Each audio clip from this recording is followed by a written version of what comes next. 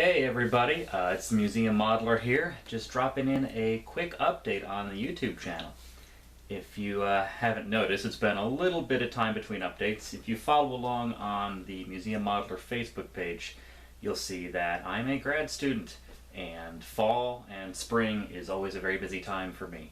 I'm working on my master's degree at Georgia State University, and so because of homework and other fun things like that, the Workbench has to play second fiddle, as it were.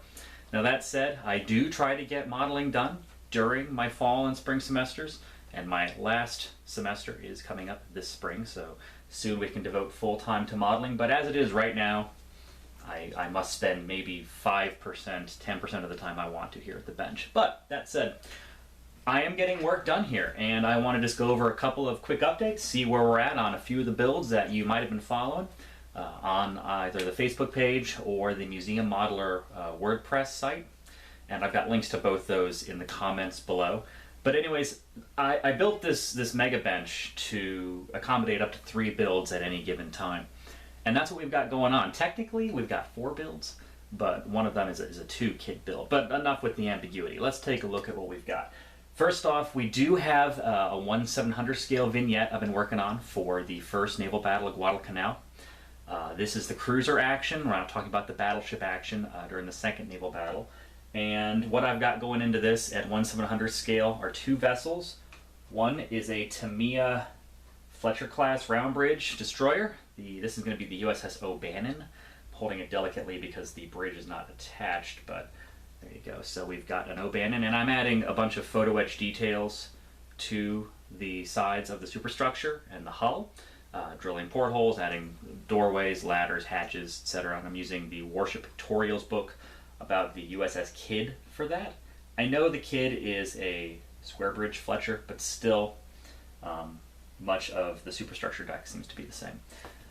Alongside, or rather right behind O'Bannon in this vignette, is going to be USS Atlanta. This is the Dragon Atlanta kit with lots and lots of photo etch upgrades. I've been using the 5-star photo etch superstructure replacement pieces for this. And this is just an incredible amount of photo etch. And the detail that the 5-star kit provides is really great. You don't have to do any extra detailing to the hull because it comes basically, I'm sorry, to the superstructure, because it comes with all your voice tubes, even your portholes with eyebrows, your doors, your hatches, etc. So this is a fun one. Painting photo etch is always fun because masking is a bear, because as you know, paint will lift.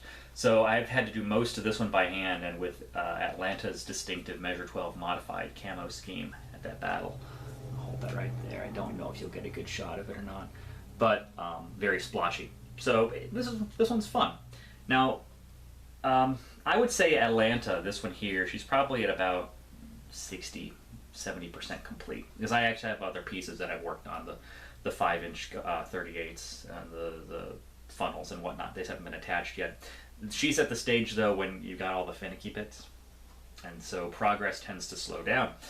You might get a lot done, but you might not see much progress. So she comes along slowly but surely, along with O'Bannon. Now I'm working on a group build. It's a Facebook page, Buddy Build 1, BB1 I guess is the play, for 1/350th scale battleships. Now all my ships are 1/700 or some variant thereof. I got a 1200 scale there just for fun. But anyways, 1/350 is pretty big for me. So I've been working on the Tamiya Bismarck, and yes, I waterlined it. Notice that half of the ship is missing. This, however, I want this to be a sort of master build, as it were. Now I'm not saying I'm a master. What I'm saying is that I want to put as much detail into this sucker as possible. And you can see there, we've been adding the superstructure details to the superstructure deck. Let me adjust this light.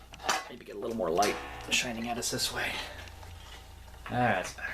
So all the because the Tamiya kit stock has no detail on the superstructure deck. So all the portholes, doors, vents, grills, etc. I've been going over lots of reference material, Warship Pictorials, the Ballard book, and I'll put a link to this in the comments because I don't recall the author, but it's Anatomy of the Ship Bismarck, and it's It's every deck, plan by plan, every porthole, every hatch. So it's a fantastic reference. It just requires lots of scratch work. So I've had to drill a lot of holes, shave off a lot of details, and add more on.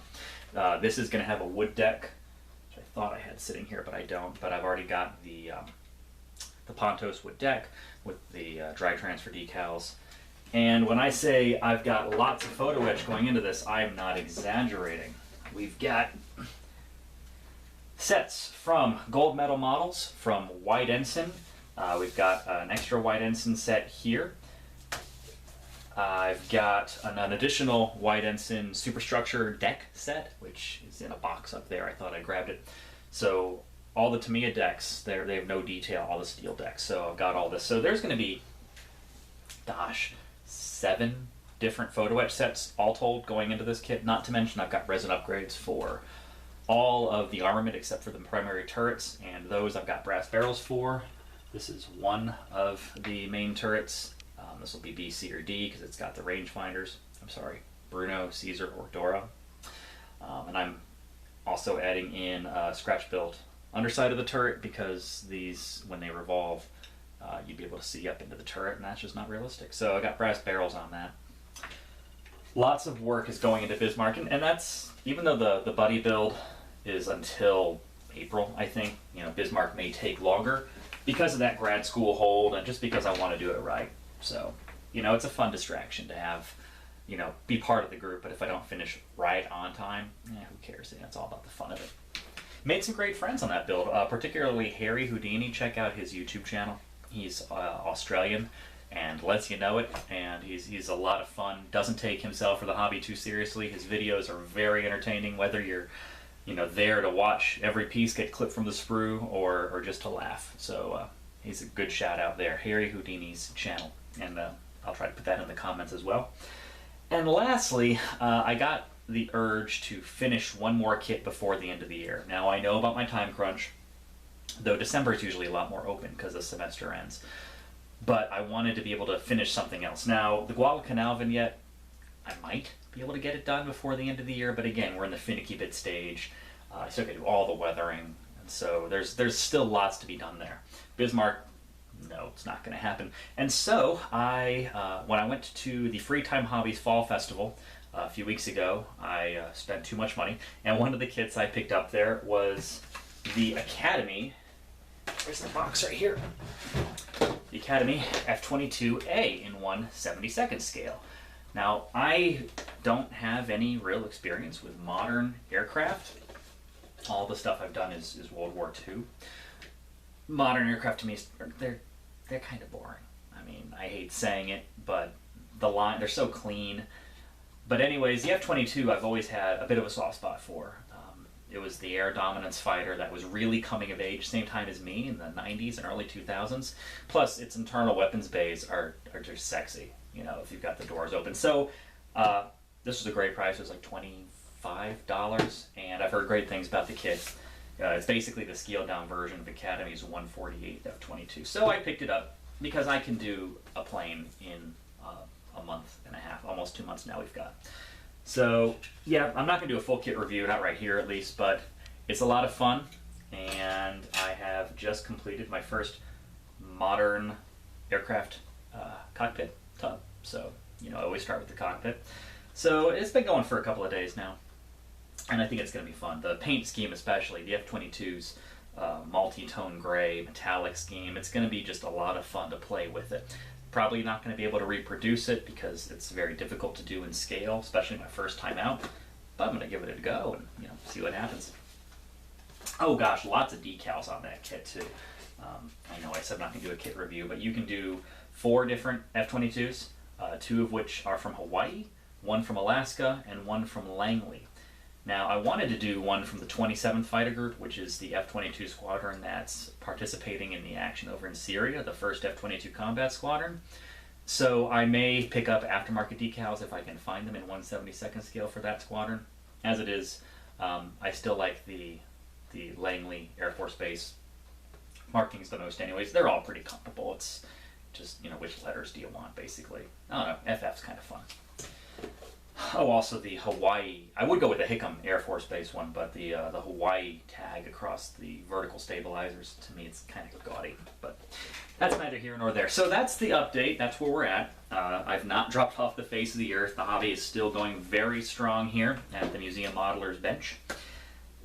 Stay tuned, of course, for more updates, both here on the YouTube channel and on the blog, and as always, on Facebook. Facebook is by far my most frequented medium, just because it's a lot easier to drop in a couple of pictures and a quick update here and there than it is to do something like this, because this video is going to take, I don't know, all night to upload. That's what sleeping is for.